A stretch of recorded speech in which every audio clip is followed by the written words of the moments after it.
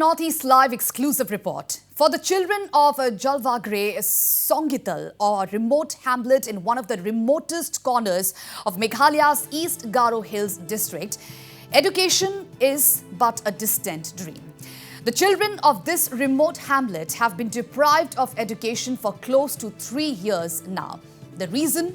The appointed teacher has not gone to the school for the entire duration. As per the villagers, the teacher in question, Sengwan Marak, had been appointed to the school on a permanent basis and tasked with education of the children from the village. However, the villagers maintained that even during the time of the previous teacher being present, Marak hardly ever visited the school or taught, despite being a permanent employee. With Marak skipping school for 3 years now, the children have been left to fend for themselves.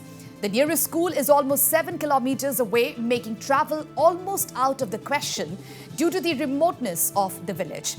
With no other option, children of the village spend entire days sitting idle and willing away their time. Seeing the plight of the children, several villagers even raised the matter with the DMO and Block Mission Commissioner. However, no tangible action has been taken by the Education Department so far, the villagers added.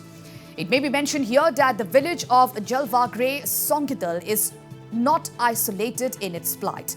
There are several reports of other schools in all the districts of Garo Hills also languishing without a teacher. A report earlier mentioned over 100 schools in South Garo Hills being without a teacher, mainly due to the government's decision to scrap contractual teachers. Our colleague Biplab Dey brings us this exclusive report from Ground Zero. Take a look. This village of Jalwagre, another one of these remote areas where education has always taken a backseat, is supposedly a section of the school that's absolutely been abandoned.